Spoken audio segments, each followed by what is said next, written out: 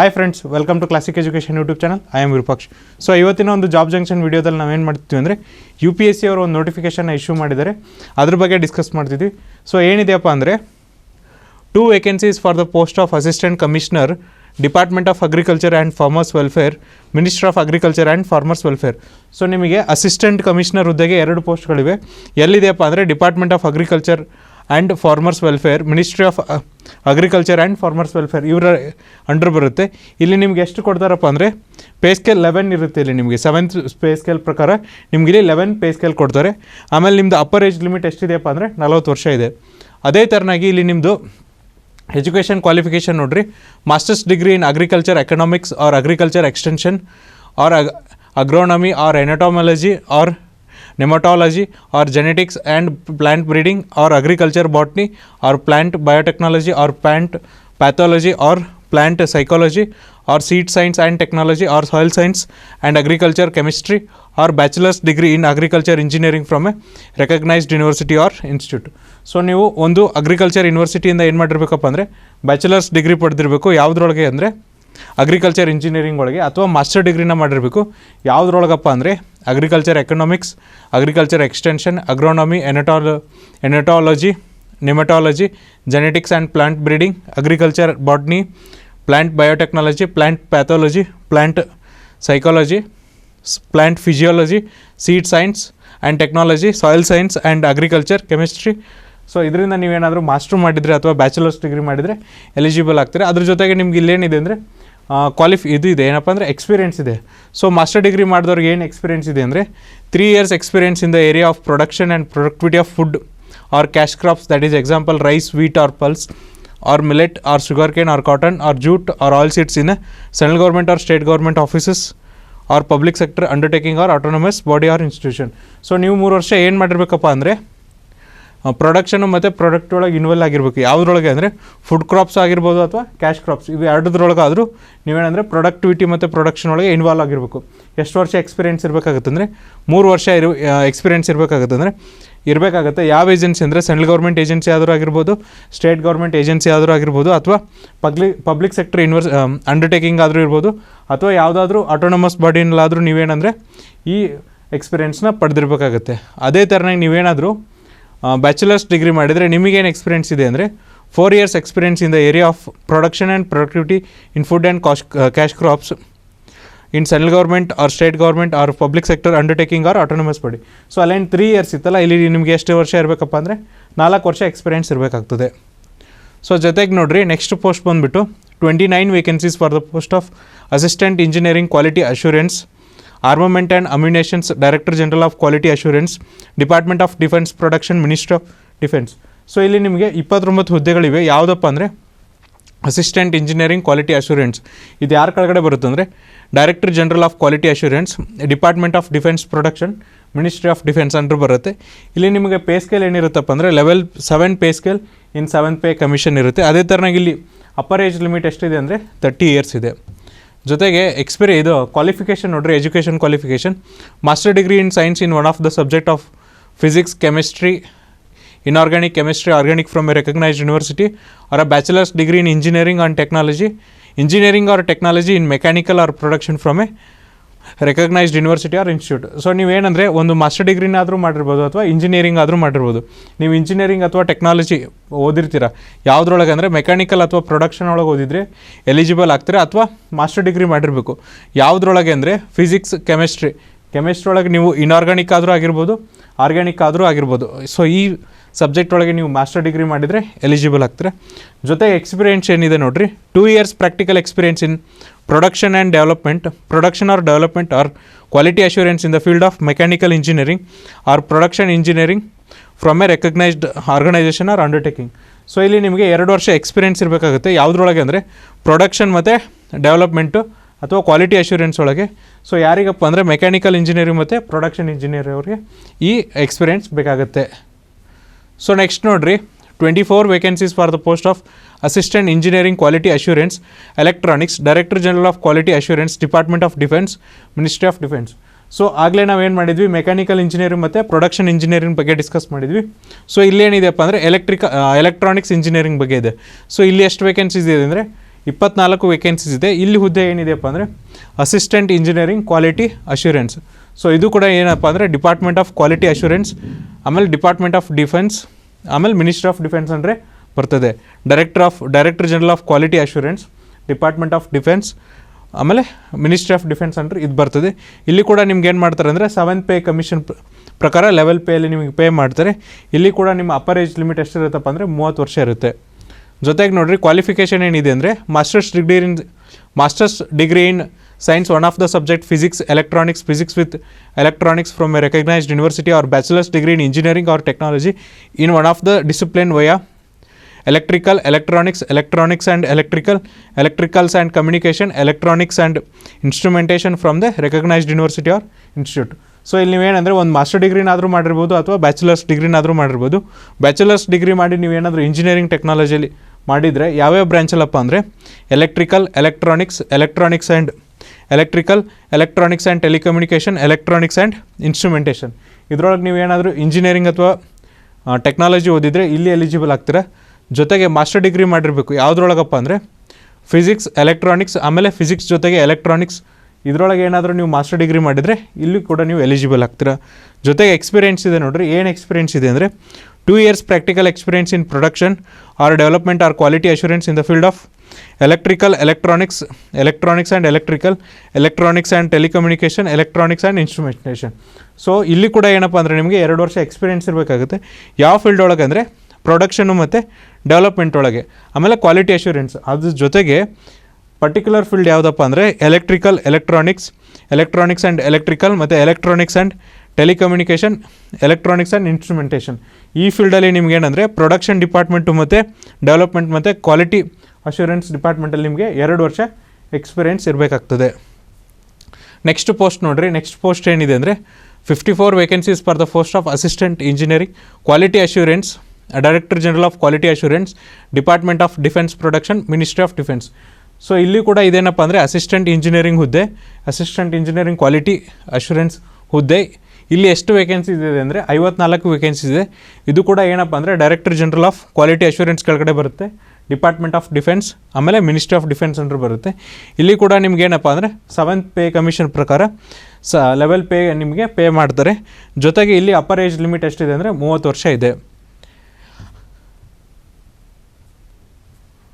So next ನೋಡಿರಿ qualification ಏನಿದೆ ಅಂದರೆ masters degree in science one of the subject physics chemistry from a recognised university or a bachelors degree in engineering or technology in one of the discipline mechanical, metallurgy, textile and clothing, textile technology, plastic technology, polymer technology, ceramics technology from a recognised university or institute. So ಇಲ್ಲಿ ಕೂಡ ಏನಪ್ಪ ಅಂದರೆ ನಿಮಗೆ ಒಂದು master degree ಮಾಡಿರಬೇಕು ಅಥವಾ bachelors degree ಮಾಡಿರಬೇಕು. In case ನೀವು ಮಾಸ್ಟರ್ಸ್ ಡಿಗ್ರಿ ಮಾಡಿದರೆ ನೀವೇನು ಮಾಡಿರಬೇಕಪ್ಪ ಅಂದರೆ ಫಿಸಿಕ್ಸಲ್ಲಿ ಮಾಸ್ಟರ್ ಮಾಡಿರಬೇಕು ಅಥವಾ ಕೆಮಿಸ್ಟ್ರಿ ಇನ್ಆರ್ಗ್ಯಾನಿಕಲ್ ಆದರೂ ಮಾಡಿರ್ಬೋದು, ಆರ್ಗ್ಯಾನಿಕಲ್ ಆದರೂ ನೀವೇನಂದರೆ ಮಾಸ್ಟರ್ ಡಿಗ್ರಿ ಮಾಡಿರ್ಬೋದು. ಇನ್ ಕೇಸ್ ನೀವು ಇಂಜಿನಿಯರಿಂಗ್ ಮಾಡಿದ್ದೀರಾ ಅಂದರೆ ಟೆಕ್ನಾಲಜಿ ಓದಿದ್ದೀರಾ ಅಂದರೆ ಯಾವ ಬ್ರ್ಯಾಂಚಲ್ಲಿ ಓದಿರಬೇಕಪ್ಪ ಅಂದರೆ ಯಾವ ಡಿಸಿಪ್ಲಿನಲ್ಲಿ ಅಂದರೆ mechanical, metallurgy, textile and clothing, textile technology, plastic technology, polymer technology, ceramics ಟೆಕ್ನಾಲಜಿಯಿಂದ ನೀವೇನಂದರೆ ಬ್ಯಾಚುಲರ್ಸ್ ಡಿಗ್ರಿ ಆಫ್ ಇಂಜಿನಿಯರಿಂಗ್ನ ಪಡೆದಿರಬೇಕಾಗುತ್ತೆ. ನೆಕ್ಸ್ಟ್ ನೋಡಿರಿ ಎಕ್ಸ್ಪೀರಿಯೆನ್ಸ್ ಏನಿದೆ ಅಂದರೆ 2 years practical experience in production and or development or quality assurance in the field of mechanical engineering or textile and clothing or garment designing or textile processing or metallurgy or plastic or polymer or ceramics or production engineering from a recognised organisation undertaking. So ಇಲ್ಲಿ ಕೂಡ ಏನಂದರೆ ನೀವು 2 ವರ್ಷ experience ಹೊಂದಿರಬೇಕಾಗುತ್ತೆ. ಯಾವುದ್ರೊಳಗೆ ಅಂದರೆ production ಅಥವಾ development ಅಥವಾ quality assurance ಒಳಗೆ. ಈ ಡಿಸಿಪ್ಲಿನ್ ಒಳಗೆ ನೀವೇನಂದರೆ 2 ವರ್ಷ ಎಕ್ಸ್ಪೀರಿಯೆನ್ಸ್ ಹೊಂದಿರಬೇಕಾಗುತ್ತೆ. ಪರ್ಟಿಕ್ಯುಲರಾಗಿ ಯಾವ ಫೀಲ್ಡಪ್ಪ ಅಂದರೆ ಮೆಕ್ಯಾನಿಕಲ್ ಇಂಜಿನಿಯರಿಂಗ್ ಅಥವಾ textile and clothing or garment designing, textile processing, metallurgy, plastic, polymer, ceramics production and engineering. ಈ ಪರ್ಟಿಕ್ಯುಲರ್ ಫೀಲ್ಡಲ್ಲಿ ನೀವೇನಂದರೆ 2 ವರ್ಷ ಕೆಲಸ ಮಾಡಿರಬೇಕಾಗುತ್ತೆ. ಯಾವುದಂದರೆ ಪ್ರೊಡಕ್ಷನ್ ಡಿಪಾರ್ಟ್ಮೆಂಟಲ್ಲಾದರೂ, ಡೆವಲಪ್ಮೆಂಟ್ ಡಿಪಾರ್ಟ್ಮೆಂಟಲ್ಲಾದರೂ ಅಥವಾ ಕ್ವಾಲಿಟಿ ಅಶ್ಯೂರೆನ್ಸ್ ಡಿಪಾರ್ಟ್ಮೆಂಟಲ್ಲಾದರೂ ನೀವು ಕೆಲಸ ಮಾಡಿರಬೇಕಾಗತ್ತೆ. ಸೊ ನೆಕ್ಸ್ಟ್ ನೋಡಿರಿ, ನೆಕ್ಸ್ಟ್ ಹುದ್ದೆ ಏನಿದೆ ಅಂದರೆ 17 vacancies for the post of junior time scale officers grade of central labour service consisting of the post of Assistant Labour Commissioner, Assistant Welfare Commissioner, Assistant Labour Welfare Commissioner, Assistant Director of Ministry Labour and Employment. So ಇಲ್ಲಿ ನಿಮಗೆ 17 ಹುದ್ದೆಗಳಿವೆ. ಯಾವುದಕ್ಕಪ್ಪ ಅಂದರೆ junior time scale. So ಇದು ಯಾರು under ಬರುತ್ತೆ ಅಂದರೆ ಯಾವ cadre under ಬರುತ್ತೆ ಅಂದರೆ cadre of central labour service ಒಳಗೆ ಬರುತ್ತೆ. ಸೊ ಪರ್ಟಿಕ್ಯುಲರ್ ಆಗಿ ನಿಮಗೆ ಯಾರು ಅಂಡರ್ ಬರುತ್ತೆ ಅಂದರೆ assistant labour commissioner, assistant welfare commissioner, assistant labour welfare commissioner, assistant director, ministry of labour and employment. ಇವ್ರ ಅಂಡರೊಳಗೆ ನಿಮಗೆ 17 ಹುದ್ದೆಗಳಿವೆ. ಇಲ್ಲಿ ನಿಮಗೆ ಪೇ ಸ್ಕೇಲ್ ಎಷ್ಟಿರುತ್ತಪ್ಪ ಅಂದರೆ 10th ಪೇ ಇರುತ್ತೆ. ಯಾವುದು according to 7th pay scale ಪ್ರಕಾರ. ಇಲ್ಲಿ ನಿಮ್ಮ ಅಪ್ಪರ್ ಏಜ್ ಲಿಮಿಟ್ ಎಷ್ಟಿದೆ ಅಂದರೆ 35 ಇಯರ್ಸ್ ಇದೆ. ಸೊ ಕ್ವಾಲಿಫಿಕೇಷನ್ ನೋಡಿರಿ, ಏನು ಕ್ವಾಲಿಫಿಕೇಷನ್ ಇದೆ ಅಂದರೆ degree from a recognised university, diploma in social work and or labour welfare or industrial relation or personnel management or labour law from a recognised university or institute. So ಇಲ್ಲಿ ನೀವು ಒಂದು ಪದವಿ ಮಾಡಿದರೆ ಸಾಕು ಈ ಹುದ್ದೆಗೆ ಅಪ್ಲೈ ಎಲಿಜಿಬಲ್ ಆಗ್ತೀರಾ. ಅಥವಾ ನೀವು ಇನ್ ಕೇಸ್ ಪರ್ಟಿಕ್ಯುಲರ್ ಫೀಲ್ಡಲ್ಲಿ ಮಾಡಿದರೂ ಕೂಡ ಆಗ್ತೀರಾ. ಯಾವುದಪ್ಪ ಅಂದರೆ ಸೋಷಿಯಲ್ ವರ್ಕಲ್ಲಿ ಡಿಪ್ಲೊಮಾ ಮಾಡಿರಬೇಕು, ಅಥವಾ ಲೇಬರ್ ವೆಲ್ಫೇರಲ್ಲಿ ಡಿಪ್ಲೊಮಾ ಮಾಡಿರಬೇಕು, ಅಥವಾ ಇಂಡಸ್ಟ್ರಿಯಲ್ ರಿಲೇಷನ್, ಪರ್ಸನಲ್ ಮ್ಯಾನೇಜ್ಮೆಂಟ್ ಮತ್ತು ಲೇಬರ್ ಲಾ ಒಳಗೆ ನೀವೇನಂದರೆ ಡಿಪ್ಲೊಮಾನ ಮಾಡಿದ್ದೆ ಇಲ್ಲಿ ಕೂಡ ಈ ಹುದ್ದೆಗೆ ನೀವು ಎಲಿಜಿಬಲ್ ಆಗ್ತೀರಾ. ಜೊತೆಗೆ ಇಲ್ಲಿ ಡಿಸೈರೇಬಲ್ ಕ್ವಾಲಿಫಿಕೇಷನ್ ಕೂಡ ಇದೆ. ಇದನ್ನು ಮಾಡಿದರೆ ಅವರು ನಿಮಗೆ ಜಾಸ್ತಿ ಪ್ರಿಫರ್ ಮಾಡ್ತಾರೆ. ಏನಪ್ಪ ಅಂದರೆ degree in law from a recognised university. So ನೀವೇನಂದರೆ ಲಾ ಒಳಗೆ ಪದವಿನ ಪಡೆದಿರಬೇಕಾಗುತ್ತೆ, ಅಂಥವರು ಈ ಹುದ್ದೆಗೆ ಎಲಿಜಿಬಲ್ ಆಗ್ತೀರಾ. ನೆಕ್ಸ್ಟ್ ನೋಡಿರಿ, 9 vacancies for the post of administrative officer in geological survey of India, ministry of mains. So ಇಲ್ಲಿ 9 ವೇಕೆನ್ಸೀಸ್ ಇದೆ. ಯಾವುದಕ್ಕಪ್ಪ ಅಂದರೆ ಅಡ್ಮಿನಿಸ್ಟ್ರೇಟಿವ್ ಆಫೀಸರ್ಸ್ ಯಾರು ಅಂಡರ್ ಬರುತ್ತೆ ಅಂದರೆ geological survey of India, ministry of mains ಕೆಳಗಡೆ ಬರುತ್ತೆ. ಇಲ್ಲಿ ನಿಮ್ಮ ಪೇ ಸ್ಕೇಲ್ ಎಷ್ಟಿದೆ ಅಂದರೆ 7th ಪೇ ಸ್ಕೇಲ್ ಒಳಗೆ ಲೆವೆಲ್ 7ನ ನಿಮಗೆ ಪೇ ಮಾಡ್ತಾರೆ. ಇಲ್ಲಿ ಅಪ್ಪರ್ ಏಜ್ ಲಿಮಿಟ್ ಎಷ್ಟಿದೆ ಅಂದರೆ 30 ಇಯರ್ಸ್ ಇದೆ.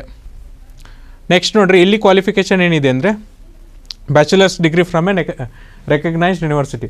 ಸೊ ಯಾವುದೇ ಥರನಾದ ಪದವಿ ಮಾಡಿದರೆ ಸಾಕು ಈ ಹುದ್ದೆಗೆ ನೀವು ಎಲಿಜಿಬಲ್ ಆಗ್ತೀರಾ. ಜೊತೆಗೆ ಎಕ್ಸ್ಪೀರಿಯೆನ್ಸ್ ಏನಿದೆ ನೋಡಿರಿ, 2 years experience in administration, accounts and establishment, legal or vigilance matters in central or state or union territory government or government autonomous or statutory organisation or central or state public sector corporation or university. So ನೀವು 2 ವರ್ಷ experience ಇರಬೇಕಾಗುತ್ತೆ.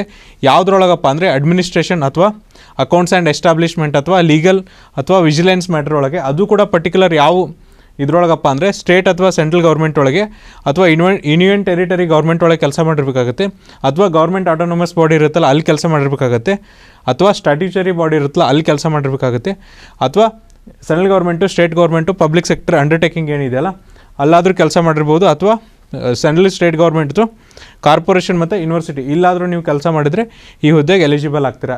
ಜೊತೆಗೆ ಏನು desirable qualification ಇದೆಯಪ್ಪ ಅಂದರೆ degree in law or personnel management from a recognised university and knowledge of government rules and regulation relating to the administration, account and establishment. So ಇಲ್ಲಿ desirable qualification ಏನಿದೆ ಅಂದರೆ ನೀವು ಲಾ ಒಳಗೆ ಡಿಗ್ರಿ ಮಾಡಿರಬೇಕು. ಅದು ಪರ್ಟಿಕ್ಯುಲರ್ ಯಾವುದಪ್ಪ ಅಂದರೆ ಲಾ ಒಳಗೆ ಪದವಿ ಪಡೆದಿರಬೇಕು, ಅಥವಾ ಪರ್ಸನಲ್ ಮ್ಯಾನೇಜ್ಮೆಂಟ್ ಒಳಗೆ ನೀವು ಪದವಿ ಪಡೆದಿರಬೇಕು. ಜೊತೆಗೆ ಏನಂದರೆ ನಿಮಗೆ ಗೌರ್ಮೆಂಟ್ ರೂಲ್ಸ್ ಆ್ಯಂಡ್ ರೆಗ್ಯುಲೇಷನ್ ಅದು ಯಾವುದಕ್ಕಂದರೆ ಅಡ್ಮಿನಿಸ್ಟ್ರೇಷನ್, ಅಕೌಂಟಿಗೆ ರಿಲೇಟೆಡ್ ಇರುವಂಥದ್ದು ಗೊತ್ತಿರಬೇಕಾಗ್ತದೆ. ನೆಕ್ಸ್ಟ್ ನೋಡಿರಿ, ನೆಕ್ಸ್ಟ್ ಹುದ್ದೆ ಬಂದುಬಿಟ್ಟು ಇಲ್ಲಿ 1 ವೇಕೆನ್ಸೀಸ್ ಇದೆ. ಯಾವುದಕ್ಕಪ್ಪ ಅಂದರೆ assistant professor, director of Ayush, department of health and family welfare, government of NCT Delhi. So ಇಲ್ಲಿ 1 ಹುದ್ದೆ ಇದೆ. ಯಾವುದಕ್ಕಪ್ಪ ಅಂದರೆ ಅಸಿಸ್ಟೆಂಟ್ ಪ್ರೊಫೆಸರ್ ಹುದ್ದೆಗೆ. ಇದು ಯಾರ ಕೆಳಗಡೆ ಬರುತ್ತೆ ಅಂದರೆ director of Ayush, department of health and family welfare, government of NCT Delhi ಇವ್ರ ಅಂಡರ್ ಬರ್ತದೆ. ಇಲ್ಲಿ ನಿಮ್ಗೆ ಎಷ್ಟು ಪೇ ಮಾಡ್ತಾರೆ ಅಂದರೆ ಲೆವೆಲ್ 10 ಪೇ ಮಾಡ್ತಾರೆ according to 7th pay commission. ಇಲ್ಲಿ ನಿಮ್ಮ ಅಪ್ಪರ್ ಏಜ್ ಲಿಮಿಟ್ ಎಷ್ಟಿದೆ ಅಂದರೆ 45 ಇಯರ್ಸ್ ಇದೆ. ಜೊತೆ ಕ್ವಾಲಿಫಿಕೇಷನ್ ಏನಿದೆ ನೋಡಿರಿ, degree in Ayurveda medicine from a university established by the law or statutory board or faculty or examining body of Indian medicine or equivalent recognised under the Indian medicine central council act 1970. So ನೀವೇನಂದರೆ ನೀವು ಆಯುರ್ವೇದದಲ್ಲಿ ಒಂದು ಪದವಿನ ಪಡೆದಿರಬೇಕು.